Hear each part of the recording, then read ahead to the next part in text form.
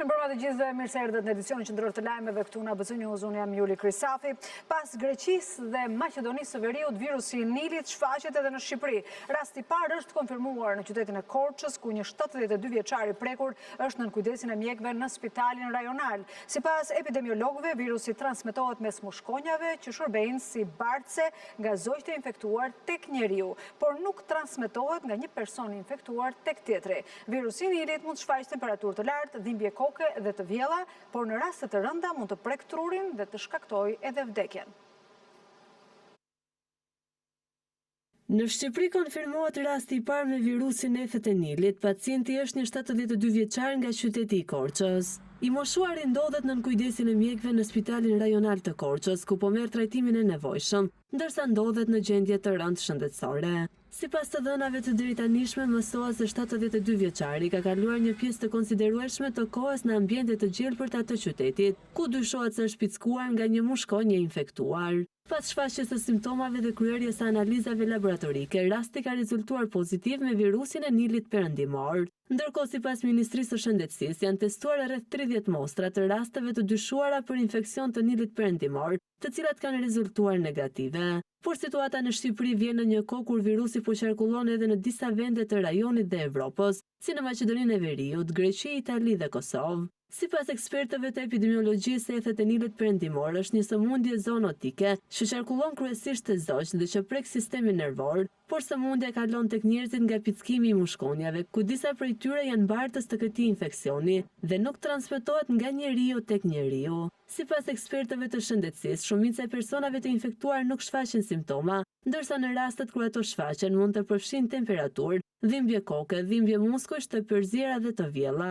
Në një numër të vogël rastesh, virusi mund të prek sistemin nervor dhe të shkaktojë forma të rënda të sëmundjes. Pas konfirmimit të rastit në Korçë, epidemiologët dhe specialistët e shëndetit publik po hetojnë situatën në qark për të evidentuar praninë e mushkonjave që mund të transmetojnë virusin. Në Shqipëri, efet e Nilit janë dokumentuar edhe më parë. Në vitin 2024, sipas Ministrisë së Shëndetësisë, janë raportuar 107 raste të konfirmuara dhe 50 raste të mundshme, ndërsa në vitin 2025 janë raportuar vetëm 2 raste të konfirmuara. Radio në ABC News. Në valet 105 FM. Të përditësojni me zhvillimet më të fundit. Në 105 FM. Rreth shtator, kryeministri Rama zhvilloi sot një takim me ministrat në vilën qeveritare në Pogradec. Në mbledhjen që përfundoi vetëm pak më parë, drejtuesit e dikastereve raportuan për punën e tyre dhe prioritetet në vitin e dytë të mandatit të 4. Këtë mbledhje e ka ndjekur gjatë këtyre 2 ditëve Andon Kello, i cili ndodhet në Pogradec. Lidhem tani live me të. Andon, përshëndetje, çfarë pritej dhe në fakt çfarë u konkludua nga ky takim 2 ditor i zotit Rama?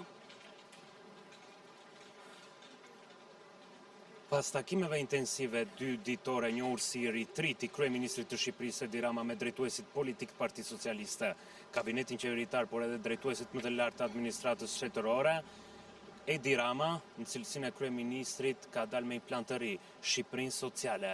Ai deklaroi pas përfundimit të takimit të dytë këtë të hënë, se qeveria e tij po përgatitet për një Shqipëri sociale, ndaj dhe është krijuar dokumenti BESA, bashkëqëruar me aneksin prezenca besnike, por edhe portalin më të ri tashmë për shërbimin e qytetarëve, Pasqyra Albania, pra një Shqipëri sociale ku të vendoset një raport krejtësisht i ri shtet-qytetar dhe qytetar-shtet.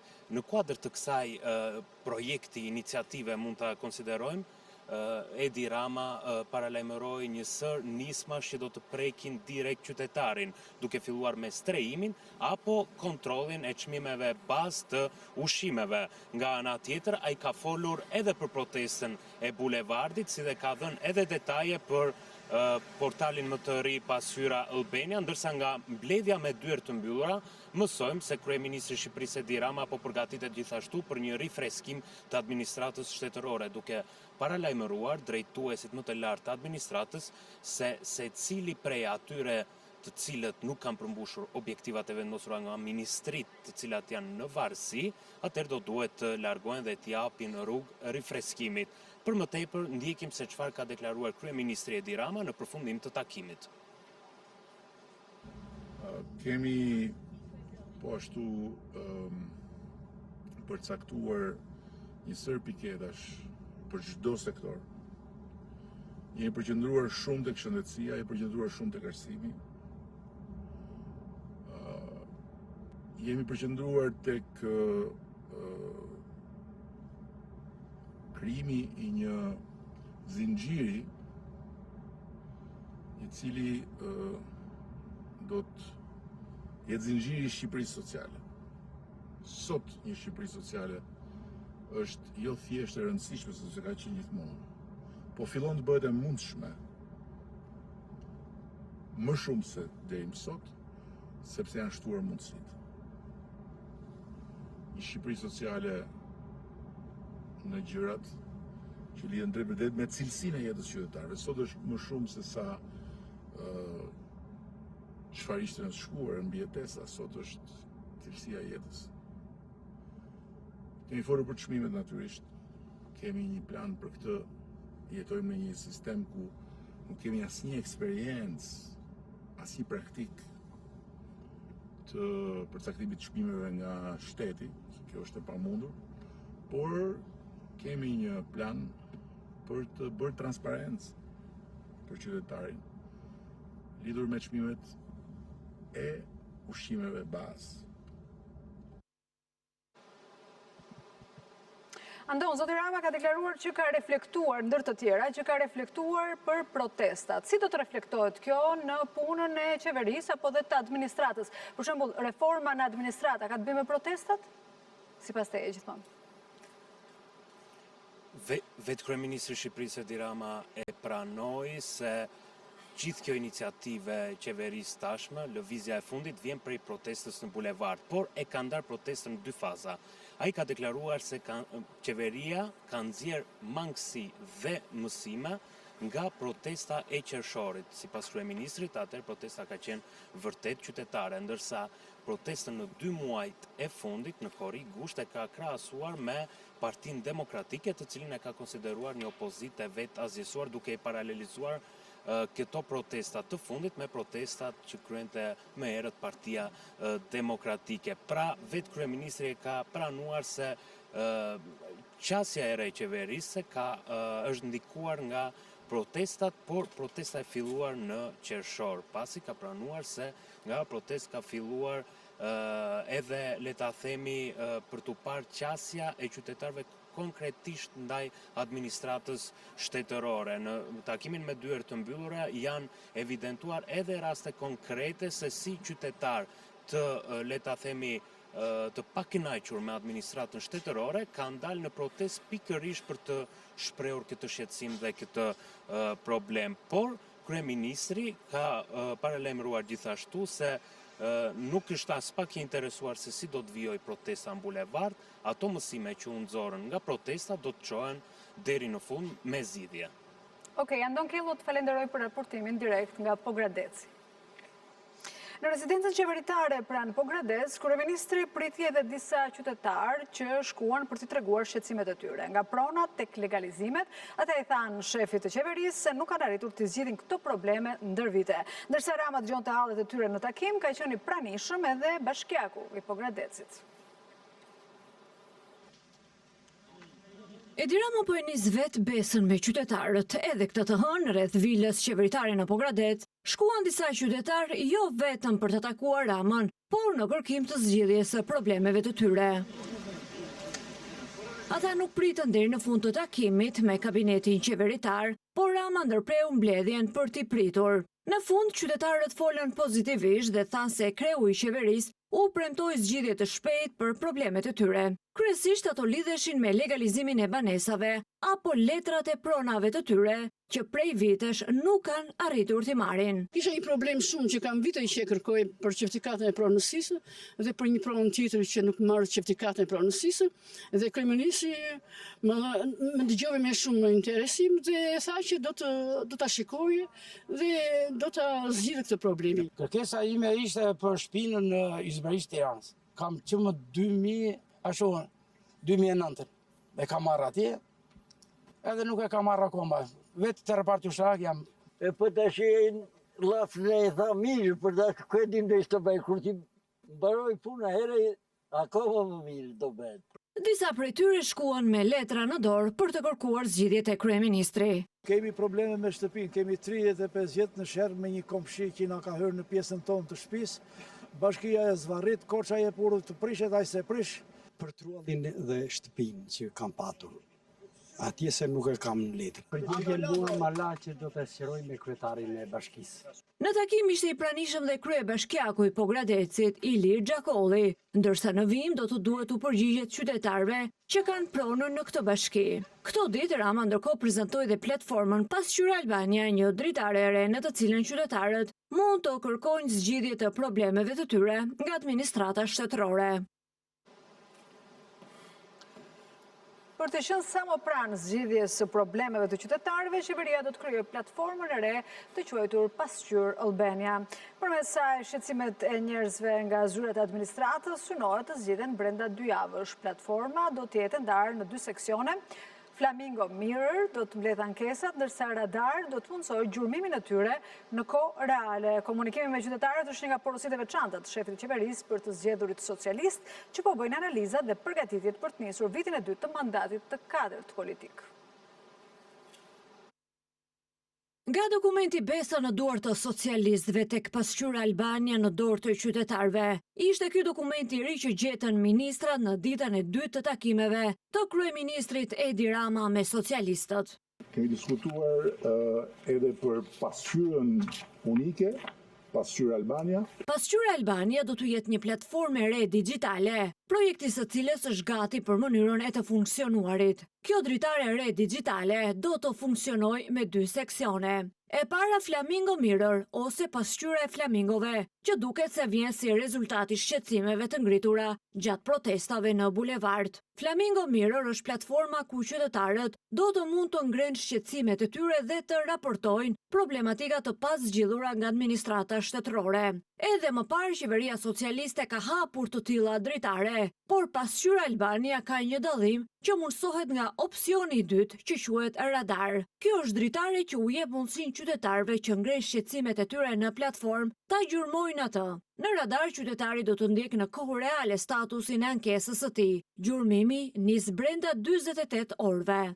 Qytetarët do të kenë të pranishëm të gjithë institucionet dhe ku ambicia është që më herë se vonë të arrijnë në pikën që çdo kërkesë, çdo shqetësim, çdo hall i qytetarit drejtuar institucioneve të jetë si një pako dhe nga ana tjetër shteti, qeveria, institucionet ndjekin përgjegjësitë. Afati për t'i dhënë zgjidhje qytetarëve të cilët ankohen nga administrata është 2 javë. Ky është synimi ndërkohë që më parë ka funksionuar portali bashkëqeverisjes me Shqipëria që duam.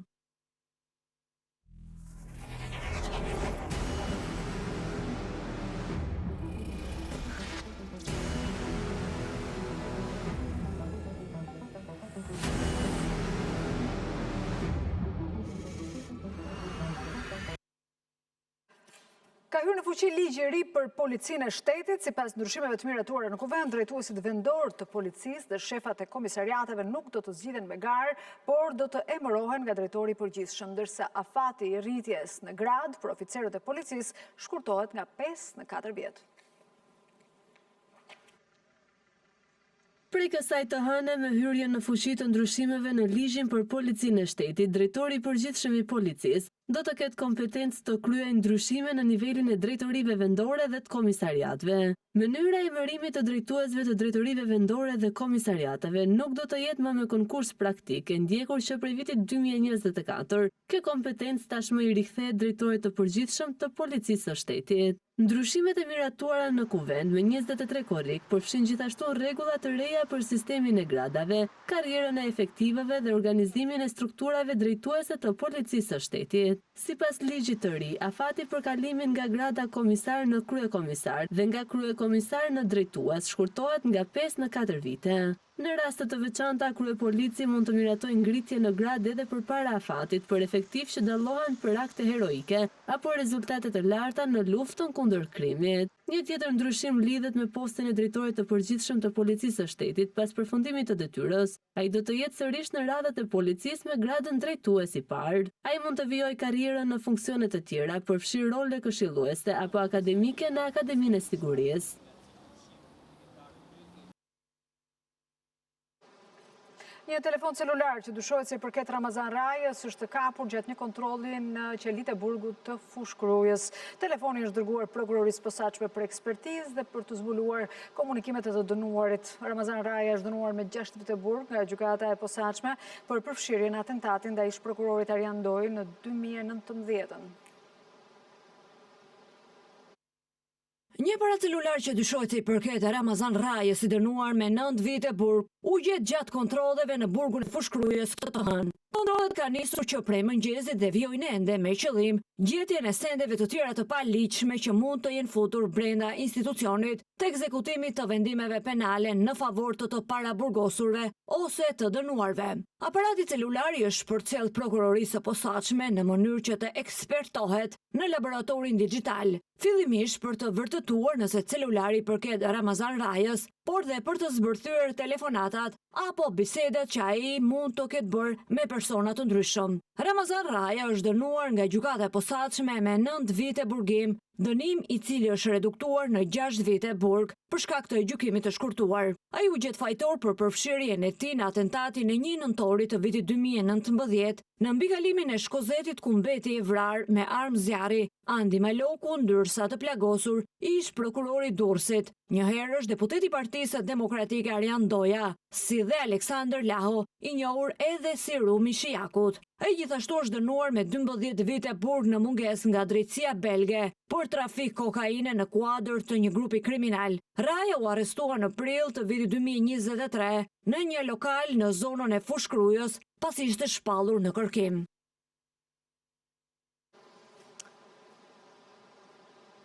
Babe Birë që u vranë dje në një atentat në Dukaqin në Ranë Prit, ndërsa ktheheshin nga shtëpia e vjetër në fshat drejt qytetit të Shkodrës.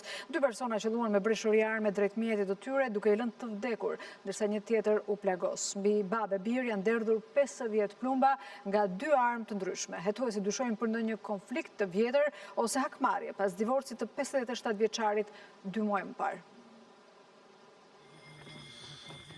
Babai 82 vjeç Prel Gjoni dhe i biri 57 vjeç Lek Gjoni po ktheheshin nga shtëpia e vjetër në Dukaqin drejt Grudës në Shkodër ku banonin, kur pa dal nga rruga e fshatit Xhan, 2 persona ende të paidentifikuar kanë qelluar në drejtim të Forestradës me të cilën po udhtonin. Dhe 50 plumba janë zbrazur mbi automia duke lënë të vdekur babain dhe të birin dhe duke e plagosur personin që ndodhej me ta në makinë, Lazar Bashi, i cili është jashtë rrezikut për jetën. Motivet e atentatit janë ende të paqarta, por dyshohet se mbi ta kanë qelluar të paktën 2 persona. Policia dhe efektivet e Reneas, të cilët kontrolluan zonën, kanë gjetur gëzhoja plumbash që kanë dalë nga 2 armë, një automatik Kalashnikov dhe një MP5.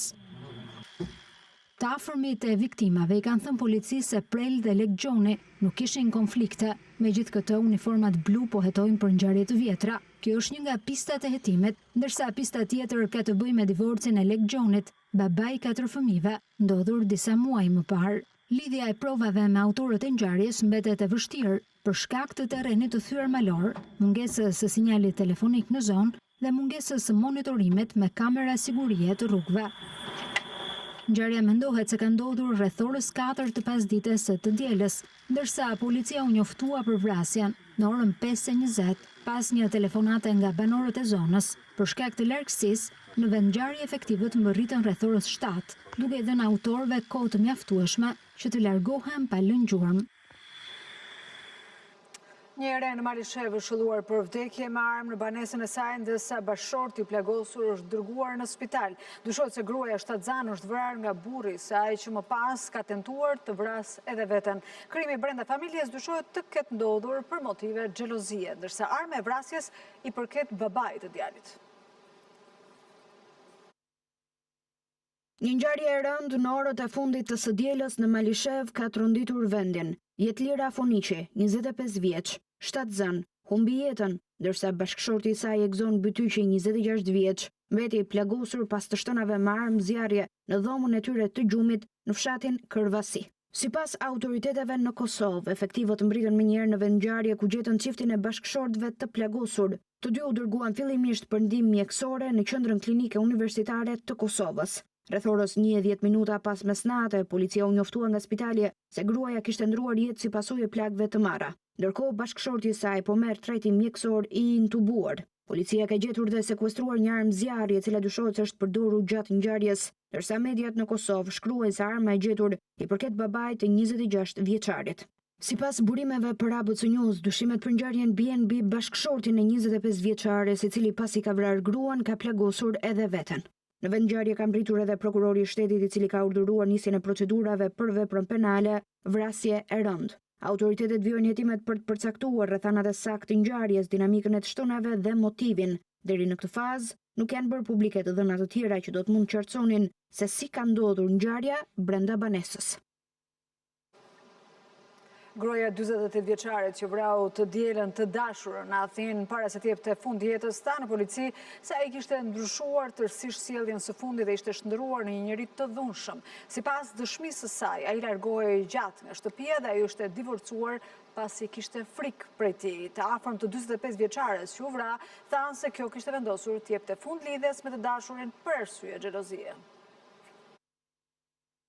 Gruaja shqiptare që vrau në Athinë një 45 vjeçare me të cilën mendohet se ka patur një lidhje intime, tha në dëshminë e saj në polici se burri i saj kishte ndryshuar sjellje gjatë 2 viteve të fundit. Ai mungonte shpesh në shtëpi pa lënë adresë ku ndodhej. Përpara se të dilte nga shtëpia mëngjesin e së dielës, 48 vjeçari Altin Allmuça i la bashkëshortes 1000 euro. Më pas ai shkoi në Neja Smirni, ku vrau 45 vjeçaren dhe më pas vrau veten. Gruaja e tij i tha policisë se kishte frikë për tij dhe ishte divorcuar së fundmi për shkak të xhelozisë së 48 vjeçarit. Njëkohësisht deklaratat nga familja e 45 vjeçares pritet të hedhin më shumë trit mbi marrëdhënien e saj me 48 vjeçarin, dhe veçanërisht mbi atë që i kishte parë për krimit. Sipas informacioneve, viktima kishte rrëfyer motrës së saj si ishte në lidhje me një burr, por nga i cili kishte vendosur të ndahej për shkak të xhelozisë së tij. Natën e vrasjes 45 vjeçaria ishte vetëm në shtëpi, ndërsa vajza e saj nuk ishte në Athinë, pasi kishte shkuar në Agrinjo me xhaxhain. Një element i rëndësishëm i hetimit janë edhe pamjet filmike nga kamerat e sigurisë në zonë, të cilat kanë regjistruar krimin.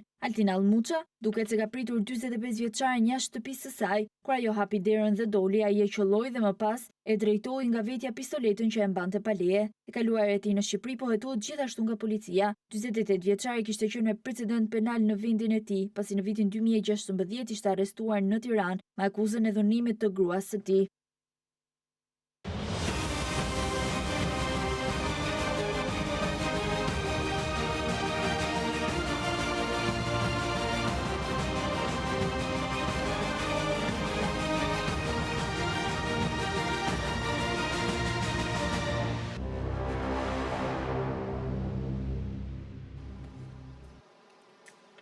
Flakët në 2 vatra zjarresh në Puk janë shuar pas një lufte intensive disa ditore nga zjarr fiksit dhe forcat armatosura, ndërsa angazhimi dhe vëmendja mbeten në vatrat në malin e Dajtit. Situata e zjarreve sot raportohet në përmirësim të djeshëm, në të gjithë vendin janë aktive 5 vatra zjarresh. Zjarri në Gjegje, gojan i vogël dhe gojan i madh të Pukës, sipas Ministrisë së Mbrojtjes, është shuar plotësisht. Flakët vijojnë, por me intensitet të ulët në vatrat në Pozhëm. Një helikopter i forcës ajrore po mbështet forcat vendore, vullnetarët dhe forcat armatosura për shuarjen e plotë të zjarrit. Ndërkohë, vëmendja kryesore sipas Ministrisë së Mbrojtjes mbetet në malin e Dajtit. Terreni ka vështirësuar punën e forcave zjarrfikse dhe atyre të armatosura për neutralizimin e zjarrit. Megjithatë, flakët nuk rrezikojnë zonat e banuara. Nga 18 vatra zjarri, mesditën e të hënës 5 janë ende aktive, ndërsa 7 po mbahen në monitorim për një reaktivizim të mundshëm të flakëve. Në Dibër vijojnë aktive vatrat në Ballejnë dhe qafën e Helmës, por pa rrezik për zonat e banuara. Në Lezhë po mbahet në mbikëqyrje vetëm vatra e zjarrit në Kalivaç dhe zonën e Tenës. Në Elbasan dhe Vlorë vijon monitorimi i disa vatrave pa rrezik për banesat, ndërsa një vatër e re aktive është raportuar në malin e Luzatit në Tepelen, ku po ndërhyn zjarrfiksit. Rreth 216 forca operacionale me 8 automjete zjarrfikse po punojnë për shuarjen e flakëve këtë të hënë. Ato po ndihmohen nga 70 efektiv të forcave të armatosura dhe 2 helikopterë të forcës ajrore. Mungesa e rreshjeve përgjatë gjithë verës së këtij viti ka ulur nivelin e ujit në liçenin e Fierzës, por pavarësisht kësaj, kuota 280 metra konsiderohet mbi mesatarin historike për këtë periudhë. Për të ruajtur rezervat hidrike, Kesh ka blerë për konsum energji në vlerë 3.3 milion euro. Vera e thatë me temperatura mbi normalen ka ndikuar në uljen e nivelit të ujit në kaskadën e Drinit. Gjatë javës së fundit, niveli i ujit në Fierzë ka zbritur në kuotën 280 metra, nga një nivel maksimal prej rreth 296 metrash. Megjithatë, kuota e ujit vijon të konsiderohet mbi mesataren historike për këtë periudhë të vitit. Hidrocentrali i Fierzës mund të vijojë që të jetë operativ deri në nivelin e 240 metrave. Situata e prurjeve mbetet gjithashtu negative pasi gjatë korrikut dhe gushtit në verilindje të vendit rreshjet kanë qenë minimale duke reduktuar ndjeshëm sasinë e ujit që mbërrin në liçen. Drini i Bardhë dhe Drini i Zi që bashkohen në zonën e Kuksit kanë aktualisht prurje mesatare prej më pak se 70 metra shkub ujë në sekond. Në të kundërt, vetëm një nga turbinat e hidrocentralit të Fierzës mund të shkarkojë rreth 112 metra kub ujë në sekond dhe në të katërt turbinat së bashku mund të arrijnë në 450 metër kub në sekond. Pikërisht për të shmangur shfrytëzimin e shpejtë të rezervës së Fierzës deri në nisjen e rreshjeve të vjeshtës, Korporata Elektroenergjetike Shqiptare po orientohet drejt blerjes së energjisë në treg. Kesh ka kryer një procedurë në bazë të cilës do të blejë energji elektrike me vlerë prej 3.3 milion eurosh për periudhën 22 deri në 30 gusht. Masa synon që të garantoj furnizimin me energji gjatë kësaj periudhe të thatë dhe njëkohësisht synon që të ruaj nivelin e ujit në kaskadën e Drinit për javët në vijim.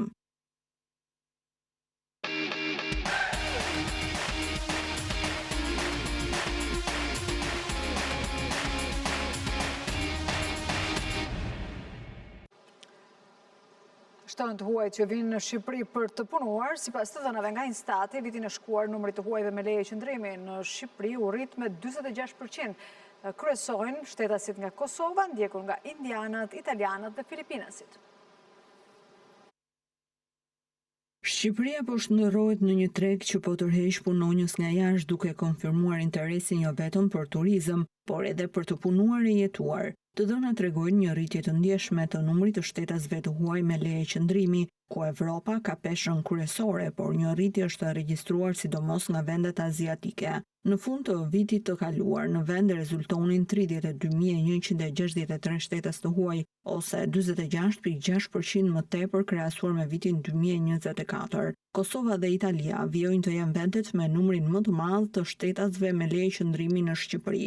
Shtetasit e Kosovës përbëjnë mbi 19% të totalit dhe ata të Italisë 12.6%. Por gjatë këtij viti vërehet një rritje e fortë e numrit të shtetasve që vijnë nga vendet aziatike kryesisht për të punuar. Një ndër shtetet me numrin më të lartë rezulton se është India me 9%, ndjekur nga Filipinet me mbi 7% të huajve me leje qëndrimi.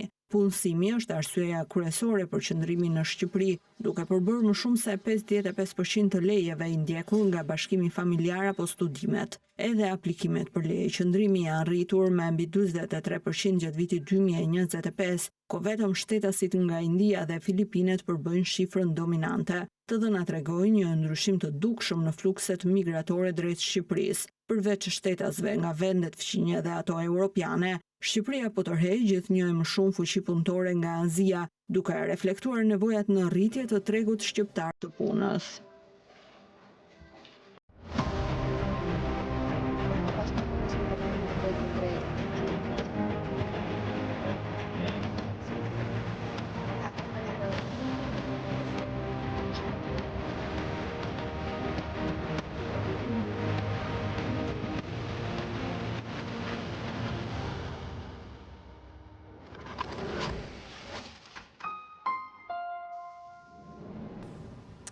Qeveria Albin Kurtit i ka dhënë gati gjysmë milioni euro nga buxheti i shtetit një ndërmarrje publike në Serbi për riparimin e vagonave të trenave të Kosovës. Kontrata për këtë bashkëpunim është lidhur pas ngjarjes së Banjskës, që shënoi një përplasje të fortë me Serbinë, por që për Kurtin duket se nuk ka qenë e tillë. Opozita në Kosovë akuzon Kurtin për paratë që i ka dhënë Beogradit për punë, kontrata që kanë pasur dhe alternativa të tjera bashkëpunimi, siç ka ndodhur më herët me Kroacinë. Albin Kurti jep para Beogradit. Vagonat e ndërmarrjes publike të transportit hekurudor në Kosovë janë dërguar në Serbi për të riparuar dhe janë rikthyer përsëri në vend. Ministria e Ekonomisë ka paguar 423.000 euro për rregullimin e tyre. Në daljen e saj publike më 16 korrik të vitit 2026, Ministria e Linjës Artane Rizvanolli foli për sukses në mirëmbajtjen e linjës hekurudore, por nuk tregoi vendin me të cilin po bashkëpunonin, edhe pse Serbia nuk ishte i vetmi opsion. Përpyetjen se pse qeveria po bashkëpunon me Vučić në kohën kur ajo publikisht shfaqet kritike ndaj bashkëpunimit ekonomik me Serbinë, nuk ka një përgjigje. Mediat në Kosovë shkruajnë se Kurti është në dieni të kontratës së nënshkruar në 2024, edhe pse në të kaluarën kjo ndërmarrje publike ka bashkëpunuar për riparime të tilla me Kroacinë. Opozita e kritikon qeverinë sepse riparimet janë kryer pak më shumë se një vit pas sulmit në Banjsk, duke argumentuar se është kontradiktore që para publike të Kosovës të shkojnë për biznes në Serbi. Lajmi u bë publik pas një komenti në Facebook nga një punëtor i Trajnkos, ndërmarrjes publike të hekurudhave, i cili publikisht shkruajti se vagonët po riparoheshin në Serbi. Pas këtij akti, punojësi Azdren Ademi u shkarkua nga puna, sipas tij padrejtësisht. Edhe për këtë ndërmarrja publike nuk ka dhënë një sqarim. Me sa duket, kryeministri në detyrë ka një tjetër qendrim publik për Serbinë dhe tjetër standard në raportet ekonomike me ta. Kemi mbritur në fund të këtij edicioni informativ, por si gjithmonë ju kujtoj se në faqen tonë të internetit abcnews.al gjeni lajmet më të fundit. Gjithashtu i gjeni ato edhe në Radio ABC 105 FM. Mirupafshim nesër në orën 19.